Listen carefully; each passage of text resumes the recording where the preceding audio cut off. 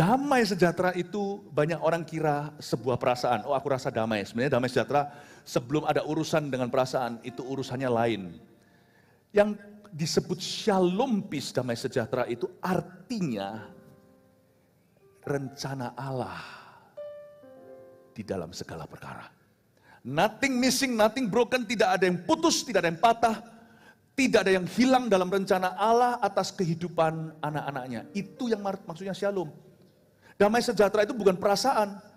Itu iya, bonusnya, tapi damai sejahtera itu sebuah pewahyuan.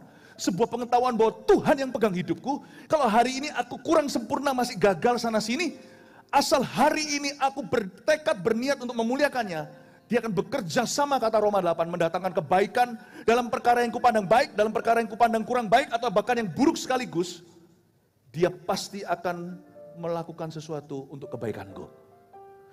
Itu artinya shalom. Ketika kita menyebut, menyapa satu sama lain anak-anak Tuhan, shalom, shalom. Itu artinya, hai saudaraku, tidak ada yang putus di hidupmu hari ini, selama hatimu terus berpaut pada Yesus. Apa yang patah, putus akan disambung oleh Tuhan.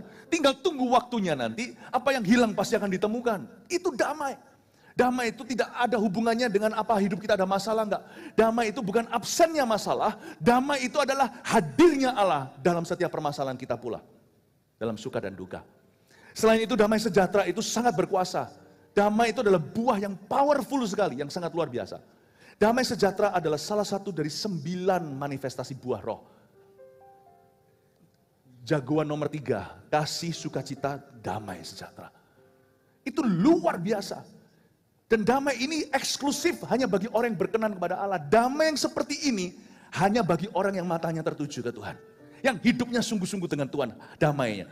Bedanya apa? Kalau dunia mengalami masalah, mereka akan melihat lubang pada donatnya. Tetapi orang yang punya damai Tuhan, karena hidupnya berada di poros kehendak Allah, memuliakan Tuhan. Ketika dia melihat masalah, dia melihat donatnya. Di situ bedanya. Waktu kita melihat masalah, Tuhan tunjukkan solusinya. Damai itu berkuasa sekali, luar biasa. Kalau damai ini bertambah di hidupmu Bapak Ibu, maka imanmu akan penuh dengan otoritas Allah. Saya kasih bayangan. Suatu hari saya pernah iseng, tapi iseng saya membuahkan sesuatu. 9 buah di sebelah kanan. 9 karunia yang ditulis oleh Paulus di sebelah kiri. Saya coba untuk jodohkan buah pertama dengan karunia yang pertama. Buah pertama itulah buah satu-satunya. Yang terbesar adalah kasih. Dengan karunia berkata-kata. Dengan hikmat tentunya. Orang yang penuh kasih, mulutnya tidak akan tajam. Tajamnya adalah peka, tajamnya itu kena sasaran. Berbobot, kavot. Jadi jangan berkata I love you, kata-katanya tetapi perbuatannya tidak mengasihi. Banyak hikmat. Saya pernah sekali iseng. Saya jodohkan yang 2, sukacita dengan kata-kata pengetahuan, tapi lain kali aja saya jelaskan. Ketiga, buah ketiga apa? Damai. Anda tahu nggak? Dia itu paralel dengan karunia mana? Iman.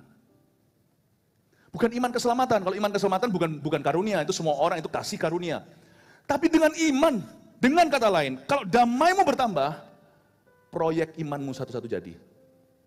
Sungguhan. Tidak tertuduhan untuk beriman pada Tuhan. Orang yang damai hatinya dengan Tuhan dan dengan dirinya, mendoakan orang. Dia nggak akan mikir begini, kalau nggak terjadi gimana? Kalau Tuhan nggak dengar nggak mana? Hatinya nggak ada tuduhan, karena dia tidak ada kelicikan di dalam dirinya. Dia nggak takut sama manusia, dia hanya menghargai mereka.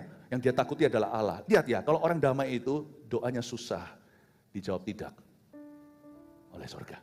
Karena hatinya tidak tertuduh. 1 Yohanes berkata begitu. Damai itu meningkat hanya untuk satu alasan. Yaitu kalau hidupmu semakin memuliakan Allah. Nggak usah takut. Orang lain panik. Kita itu bisa punya kesaksian roh di dalam diri kita. Kenapa saya harus ketakutan? Kalau aku hari ini hidup berkenan, bukankah aku urusan Tuhan? Ini bukan sombong. Ini menurut saya adalah kepercayaan diri yang datangnya dari kekudusan. Kalau ada apa-apa dengan saya, yang panik harusnya para malaikat Allah. Ini GR yang diperbolehkan.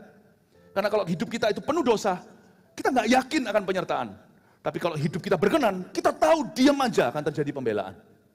Bapak Ibu Saudara, saya harap damai ini meningkat dalam kehidupanmu dan doa-doamu terkabulkan. Tapi dimulai dengan berikan kavot kepada Tuhan. Karena pada waktu kemuliaan Allah diberikan kemuliaan bagi Allah, baru ada damai sejahtera di bumi, yaitu di hidup Anda. Tuhan memberkati. Shalom. Mari kita semua